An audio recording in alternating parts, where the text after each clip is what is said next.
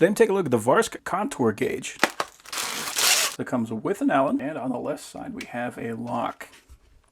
So with that, and that actually locks extremely well. I'm sure if I really tried, I could probably move that, but the fact that it's going to stay that well is pretty impressive. You can also see we got a ruler on the top, so we got centimeters as well as inches. And if I let this loose, these do move easily. On the back side, we got the same gauge, and we also got these blocks to ensure a smooth surface. So where I've used a tool like this is when I was trying to put this plywood on the wall right here, because even though this looks fairly straight, it's actually not straight at all. At the top, it kind of corners in, and of course right here in this corner, this is curved. So there is a lot going on this wall. So the way to do this is to try to kind of match it up with a part of the wall that you know is straight.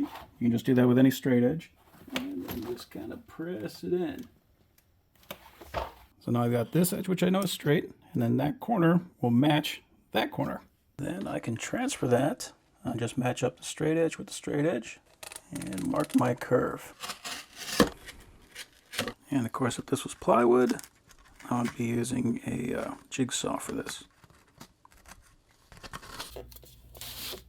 And there we go. So you can do that right there for that corner, then measure up, do the same thing in the top corner. We will have a perfectly fit piece of plywood. So overall, this is an excellent tool.